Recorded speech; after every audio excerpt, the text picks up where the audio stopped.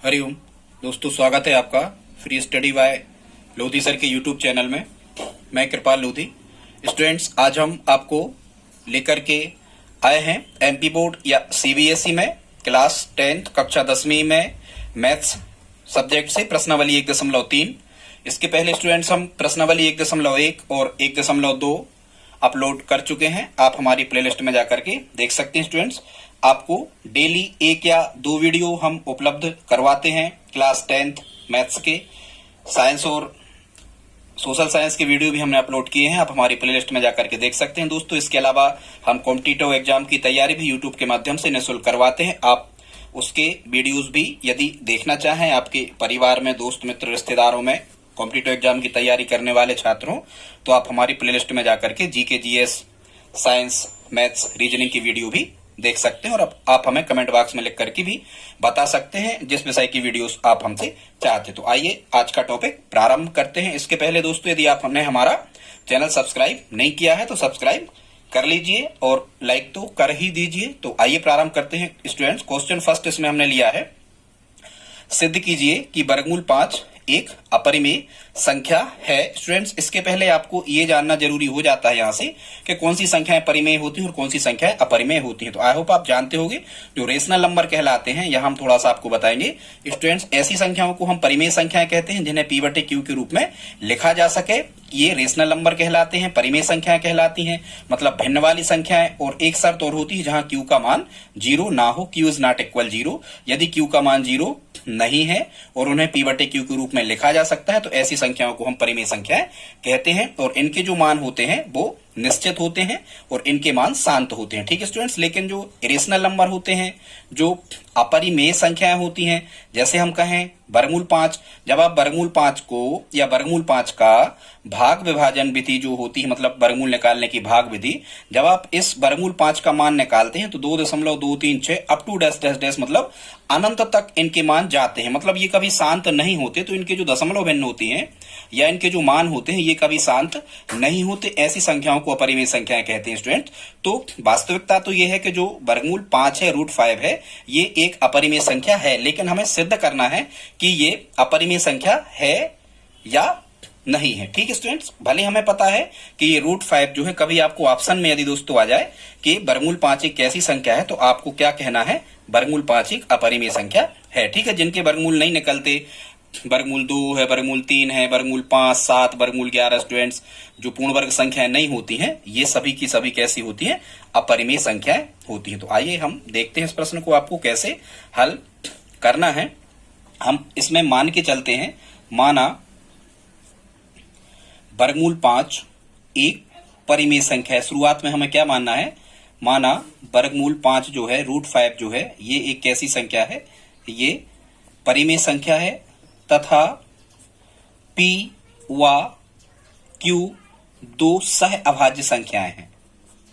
P व Q जो दो संख्याएं मानी हमने, इनको हमने कैसा माना है, P और Q दो सह अभाज्य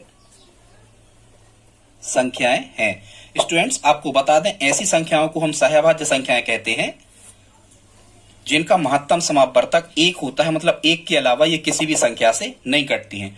तो जब हम P और Q जब हम वर्गमूल 5 को एक परिमेय संख्या मान रहे हैं स्टूडेंट, तो इसमें हम इसको कैसा लिख सकते हैं, हम ये कह सकते हैं कि जो वर्गमूल 5 का मान होगा ये P/Q के बराबर होगा। ठीक है, क्योंकि परिमेय संख्या की परिभाषा ही होती है कि जिन्हें हम P/Q के रूप में लिख सकें। तो वर्गमूल 5 बराबर कितना होगा, P/Q, ऐसा हम लिख सकते हैं। और आप चाहें तो यहाँ बाजू में भी लिख दें कि जहां P और Q दो सह अभाज्य संख्या है। स्टूडेंट्स, ये लाइन बहुत इंपॉर्टेंट है, लास्ट में इसी की आवश्यकता हमें पड़ती है, ध्यान से सुने। ऐसी संख्याओं को सहअभाज्य संख्याएं कहते हैं जो 1 के अलावा अन्य किसी संख्या से नहीं कटती, कैंसिल आउट नहीं होती, या जिनका महत्तम समापवर्तक 1 होता है। लगातार की दो संख्याएं, जैसे हम कहें 3 और 4, ठीक है, 4 और 5, 5 और 6, ये सभी सहअभाज्य संख्याएं कहलाती हैं रेगुलर की, क्योंकि इनका जो HCF होता है, इनका जो हाईएस्ट कॉमन फैक्टर, इनका जो महत्तम समापवर्तक होता है वो कितना होता है, 1। ठीक है, तो ठीक है, आइए देखते हैं। तो वर्गमूल 5 बराबर कितना मान लेना हमें, P/Q। यहाँ दोनों पक्षों का वर्ग करना है, हमें बता रहा है कि क्यों करना है। दोनों ओर का वर्ग करने पर यहाँ स्टूडेंट्स जब हम दोनों ओर स्क्वायर करेंगे तो हमें क्या मिलेगा, यहाँ चाहो तो हम लिख सकते हैं वर्गमूल 5 का वर्ग बराबर यहाँ में मिल जाएगा कितना, p वर्ग बटे q वर्ग। ठीक है, अब वर्गमूल 5 का वर्गमूल 5 में जो गुणा होता है स्टूडेंट्स, ये कितना होता है, ये होता है 5। कभी आप करके देखना, √5। ठीक है, यहाँ रब पे हम बता रहे हैं √5 वर्गमूल 5 का वर्गमूल 5 में गुणा कितना होता है, 5। आप तो ये समझ जाओ वर्गमूल 5 का वर्गमूल 5 में गुणा होगा वर्गमूल 25, 25 का वर्गमूल 5। ठीक है, इतना ही से समझ जाओ। ठीक है, तो यहाँ कितना मिलेगा, वर्गमूल 5 का वर्गमूल 5 में गुणा 5, तो यहाँ में मिल जाएगा 5 बराबर ये जो कहते हूँ p वर्ग बटे q वर्ग। फिर हम यहाँ क्या करेंगे स्टूडेंट्स, यहाँ हम करेंगे तिर्यक गुणा, तो तिर्यक गुणा करेंगे तो हमें यहाँ मिल जाएगा कितना, 5 q वर्ग। देखो बटे में संख्याएं होती, बीच में बराबर तिर्यक गुणा होता है, 5 का q वर्ग हुआ तो 5 q वर्ग बराबर हमें यहाँ कितना मिल गया, p वर्ग। ठीक है, तो यहाँ से हम स्टूडेंट्स क्या कह सकते हैं, या फिर यहाँ से हम q वर्ग की वैल्यू भी फाइंड कर सकते हैं। जब हम यहाँ से q वर्ग का मान निकाल रहे होंगे तो ये p वर्ग ज्यों का त्यों रहेगा ऊपर, और ये 5 कहाँ आ जाएंगे, बटे में। तो हम यहाँ क्या कह सकते हैं, हम ये कह सकते हैं कि जो p वर्ग है ये 5 का गुणनखंड है। मतलब हम ये कहेंगे कि p वर्ग, यहाँ p वर्ग 5 का गुणनखंड है। मतलब हम ये कह रहे हैं कि 5 से गुणनखंड का मतलब क्या होता है कि जो p वर्ग है, यहाँ ये लाइन ये सिद्ध कर रहे हैं स्टूडेंट्स कि p वर्ग 5 का गुणनखंड है। या इसी को हम ये भी कह सकते हैं कि जो p वर्ग है, p वर्ग ये 5 से विभाजित है। मतलब p वर्ग कोई ऐसी संख्या होगी, हालांकि ये p और q हमने पूर्णांक माने थे, आप लिख देना कि p और q दो सहभाज्य संख्याएं हैं तथा दोनों पूर्णांक हैं। ठीक है, सहभाज्य संख्याएं पूर्णांक होती हैं, तो आप यहाँ लिख भी सकते हो तथा दोनों पूर्णांक हैं। ठीक है, तो यहाँ हम काय पे पहुंच गए स्टूडेंट्स कि p वर्ग जो है ये 5 से विभाजित है। यहाँ आपको कोई भी समीकरण दे देना है, मान के चलो हम दे दे रहे समीकरण 1। अब यहाँ इतना करने के बाद में फिर आपको और आगे क्या करना है, अब आपको यहाँ मानना है स्टूडेंट्स, माना इसी p के लिए हम p वर्ग 5 से विभाजित है स्टूडेंट्स। अब हम ये करने का प्रयास कर रहे हैं कि q वर्ग भी 5 से विभाजित है, या हम इसको ऐसा भी कह सकते थे कि p वर्ग यदि 5 से विभाजित है तो, ठीक है, थोड़ा सा और यहाँ देख लेना, यदि p वर्ग 5 से विभाजित है तो हम ये भी कह सकते हैं, ये भी लाइन सही थी, तो p भी, तो हम यहाँ क्या कहेंगे स्टूडेंट, तो p भी 5 से विभाजित होगा। p 5 से विभाजित होगा, मतलब p कोई ऐसी संख्या है जो 5 से कटती है। ठीक है, यहाँ समीकरण ना देके आप यहाँ दे देना। ठीक है, इसको दे दिया अपन ने कितना, समीकरण 1। अब पुनः माना, फिर से हमें क्या सिद्ध करना है स्टूडेंट्स, अब हमें यह सिद्ध करना है कि q भी 5 से विभाजित होगा। मतलब q कोई ऐसी संख्या होगी 10, 15, 20, 25, 30 के 5 का भाग उसमें भी लग जाएगा। और जबकि हम यहाँ ये मान रहे थे कि p और q सहअभाज्य हैं, मतलब एक के अलावा कोई संख्या नहीं है ऐसी कि जिससे ये कटती हैं p और q। और यहाँ हम ये सिद्ध कर रहे हैं कि 5 से दोनों कटती हैं, इसलिए विरोधाभास सिद्ध हो जाता है। ठीक है, और यदि विरोधाभास सिद्ध हो जाता है तो फिर ये अपरिमेय हो जाएंगे, ऐसा हम लिखेंगे अभी आगे। तो आप देखें यहाँ पर हमें क्या करना है, पुनः माना, हमें मान लेना है p बराबर, यहाँ मान सकते हैं हम कुछ भी 5 के गुणनखंड के रूप में कुछ भी मान सकते हैं, p बराबर 5 के, जहाँ जो k है ये भी कैसी संख्या है, ये भी पूर्णांक है, कोई भी 1 2 3 4 इस टाइप से k क्या है, पूर्णांक है। तो p बराबर कितना मान लेना है हमें, 5 k। अब आपको क्या करना है स्टूडेंट्स, यहाँ आप चाहें तो कोई भी समीकरण दे देना, मान के चलो यहाँ हमने a दे दिया। अब आपको इस p का मान समीकरण a में रखना है, तो यहाँ हम लिखेंगे p का मान समीकरण 1 में रखने पर p। और स्टूडेंट्स ये बहुत इंपॉर्टेंट क्वेश्चन है, जब से ये मैथमेटिक्स चेंज हुई है, एनसीईआरटी की बुक्स आई है ये सीबीएसई और एमपी बोर्ड में, तब से ये दोनों सवाल बिल्कुल हर सेट में हर साल पूछे ही जा रहे हैं। बहुत इंपॉर्टेंट क्वेश्चन है, आपको भले 3 से 4 बार इनको करना पड़े, ये कुछ नहीं करना है इसमें, ये नहीं लिखना, ये तो हमने समझाने के हिसाब से आपको लिख दिया, ये नहीं लिखना। तो भले आपको 3 से 4 बार करके देखना पड़े, पर आप इनको जरूर सीखें, ये हमारी सलाह है। ये आपको 4 से 5 अंक 101% दिलाएंगे एग्जाम में। p का मान समीकरण 1 में रखने पर, ठीक है स्टूडेंट, तो समीकरण 1 में नहीं, समीकरण a में। तो यहाँ देखो q वर्ग बराबर कितना मिल जाएगा हमें, यहाँ मिल जाएगा हमें q वर्ग बराबर समीकरण a ये है, तो मिल जाएगा q वर्ग बराबर p की जगह कितना लिखना हमें, 5k। तो यहाँ हम लिख रहे होंगे इस p की जगह 5k का होल स्क्वायर, और अपान में कितना था, ये था यहाँ पर 5। तो यहाँ फिर हमें मिलेगा क्यू वर्ग बराबर, जब हम 5 के गुणा 5 के 2 बार करेंगे तो 25 के वर्ग बटे कितना मिल जाएगा 5। 5 से ये 25 कितनी बार कट जाएंगी 5 बार, तो हमें मिल रहा होगा क्यू वर्ग बराबर कितना मिल रहा होगा हमें 5 के वर्ग। ठीक है स्टूडेंट, तो इसका मतलब क्या होगा कि जो क्यू वर्ग होगा ये भी 5 का गुणनखंड होगा। ठीक है, क्यू वर्ग जो होगा वो 5 का गुणनखंड यहां से होगा। आप चाहो तो यहां से के वर्ग का मान और निकाल लो। के वर्ग बराबर कितना मिल जाएगा क्यू वर्ग बटे 5। इसके बाद से स्टूडेंट्स आप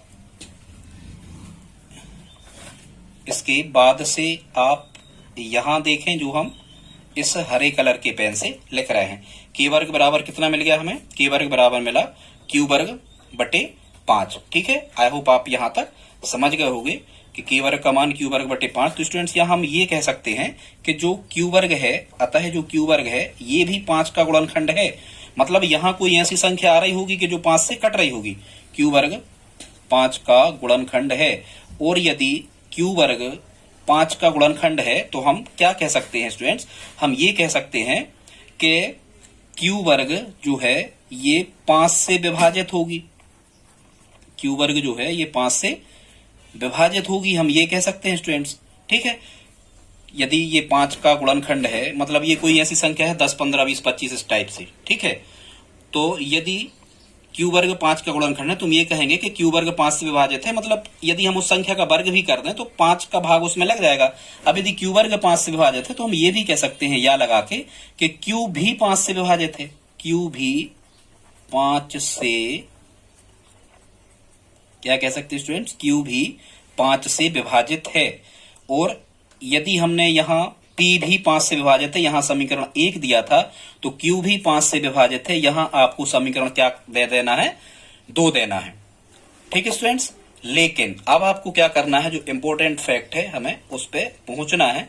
और वो इम्पोर्टेंट फैक्ट क्या है कि देखो यहाँ हमने क्या माना था, यहाँ हमने ये माना था कि P और Q दो सहभाज्य संख्या हैं। सहभाज्य का मतलब क्या होता है स्टूडेंट, सहभाज्य का मतलब होता है कि जो केवल एक से कटती हैं। लेकिन यहाँ देखो P और Q जो निकल के आई हैं ये दोनों, यहाँ देखो समीकरण एक क्या कह रहा है कि P कोई ऐसी संख्या है जो 5 से भी कट रही है और Q भी एक ऐसी संख्या है जो 5 से कट रही है, विभाजित है का मतलब यही होता है।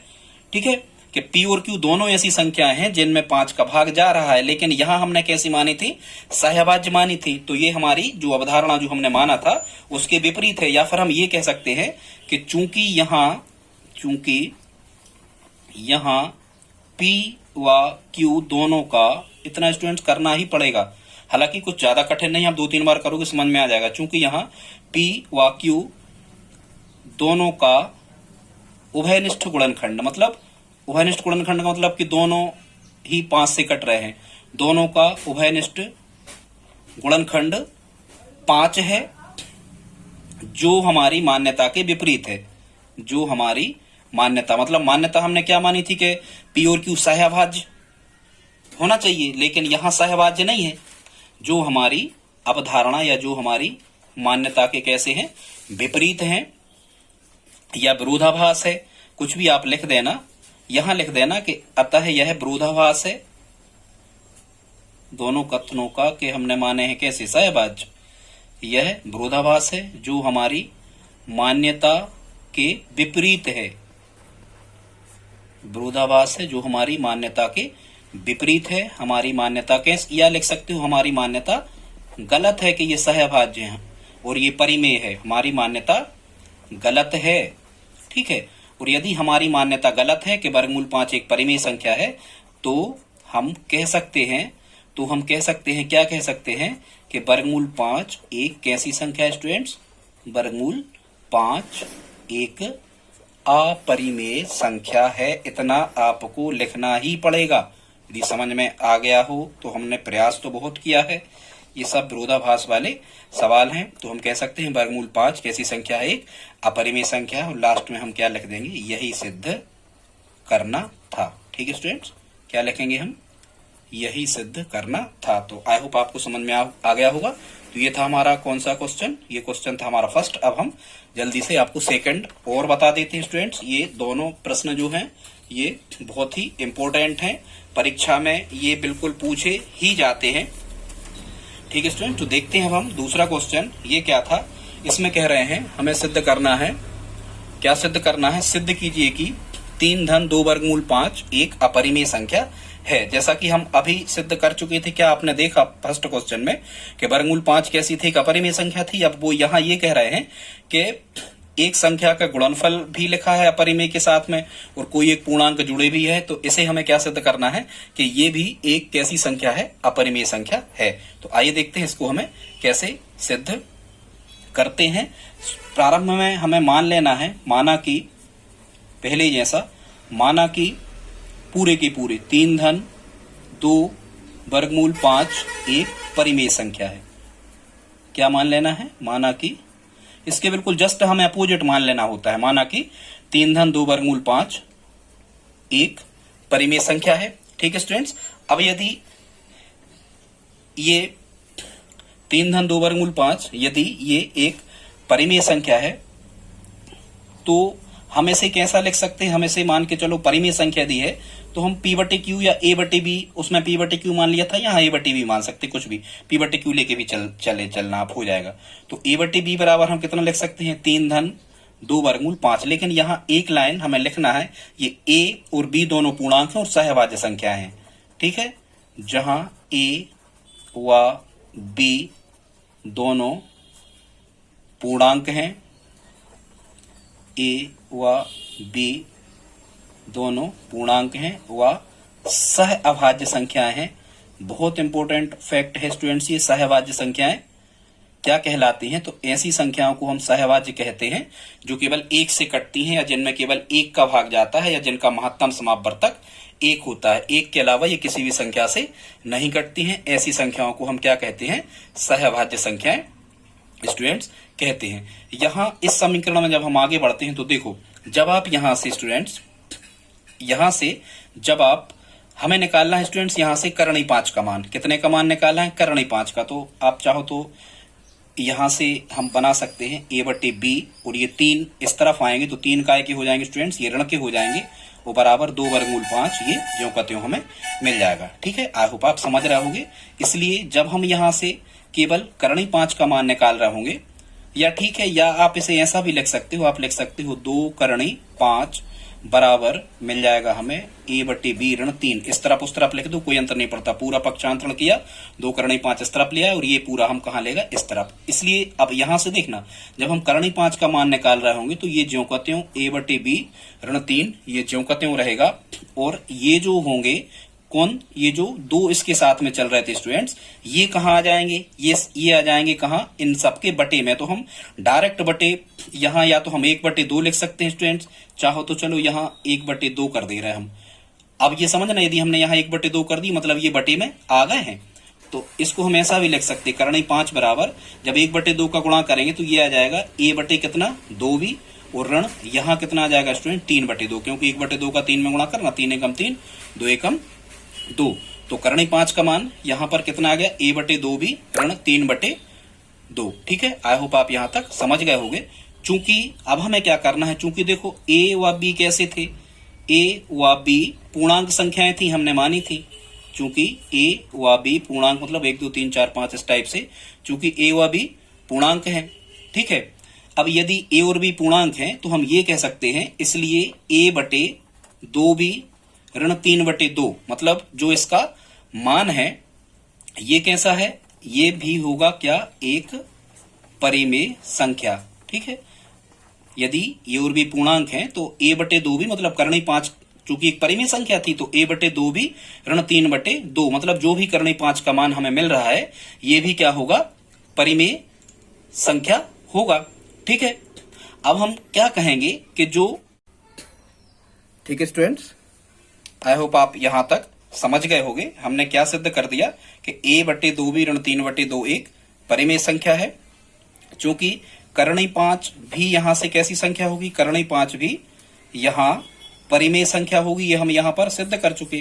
करणी 5 भी यहां परिमेय संख्या होगी, लेकिन हम जानते हैं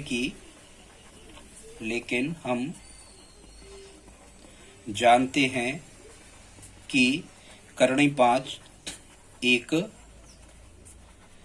अपरिमेय संख्या है। ठीक है, तो यहां समीकरण 1 व 2 दोनों में 1 व 2 दोनों में विरोधाभास प्राप्त होता है। 1 व 2 दोनों में विरोधाभास है, अतः यह मान्यता जो हमने शुरू में मानी थी, अतः यह मान्यता गलत है, क्योंकि दोनों में विरोधाभास नहीं होना चाहिए, दोनों एक से होना चाहिए। अतः यह मान्यता गलत है कि 3 धन 2 करणी 5 एक परिमेय संख्या है। इसलिए 3 धन 2 करणी 5 एक कैसी संख्या होगी? अपरिमेय संख्या ही होगी। ठीक है स्टूडेंट्स, आई होप आप समझ गए होंगे। 3 धन 2 वर्गमूल 5 कैसी संख्या होगी? अपरिमेय संख्या होगी। लास्ट में आपको लिख देना है, यही सिद्ध करना था। स्टूडेंट 2-3 क्वेश्चन और हैं इसी प्रकार के जो एग्जाम्पल में दिए हुए हैं उदाहरण में, उनको भी हम आगे आपको बताएंगे। अगली वीडियो में हम उन्हीं प्रश्नों को लगा देंगे। आज का वीडियो अच्छा लगा हो तो प्लीज लाइक शेयर सब्सक्राइब करें। मिलते हैं अगली वीडियो में, तब तक के लिए जय हिंद जय भारत।